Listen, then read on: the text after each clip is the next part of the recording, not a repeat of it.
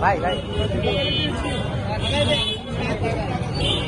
আপনাকে ঢুকাই দেন, আপনাকে ঢুকাই দেন, ভিতরে যান।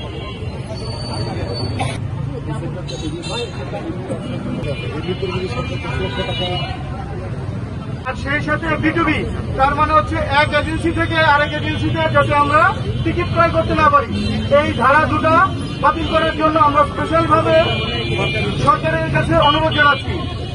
প্রতিটা দেশে পর্যটন শিল্পের উপরে অনেক মানুষের কর্মসংস্থান নির্ভর করে।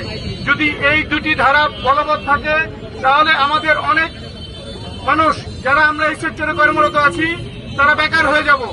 সেই জন্য আমরা আজকে এই মানববন্ধন করছি, যাতে সরকারের তরফে আমাদের এই দুটো ধারা বাতিল করতে পারে এবং পর্যটন নিয়ে যাতে সুনির্দিষ্ট একটা নীতিমালা হয়। বারবার বলা হচ্ছে যে ওটিএ, এখানে ওটিএ এবং বিটুবি দুই সেক্টর।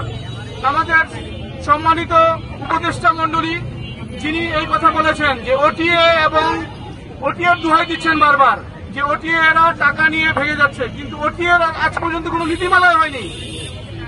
বিটুবি এক জিনিস, ওটিএ আরেক জিনিস। সেজন্য আমরা বারবার বলছি যে ওটিএ নীতিমালা হোক। সেই সাথে আমরা যারা বিটুবি করি, ছোট ছোট উদ্যোক্তা যারা এই সেক্টরে আমরা আছি, এক এজেন্সি থেকে আরেক এজেন্সির মাধ্যম থেকে আমরা টিকিট কাটি, এটা আমাদের ন্যূনতম পক্ষে একটা লভ্যাংশ থাকে। কিন্তু যারা বড় বড় ওটিএ কোনো নীতিমালা ছাড়াই যারা কাজ করছে, সুনির্দিষ্ট কোনো নীতিমালা না থাকার কারণে এই পর্যটন শিল্প বিশেষ করে ট্রাভেল এজেন্সি বারবার মার খাচ্ছে এবং কাস্টমার যারা আছে তারা প্রতারিত হচ্ছে।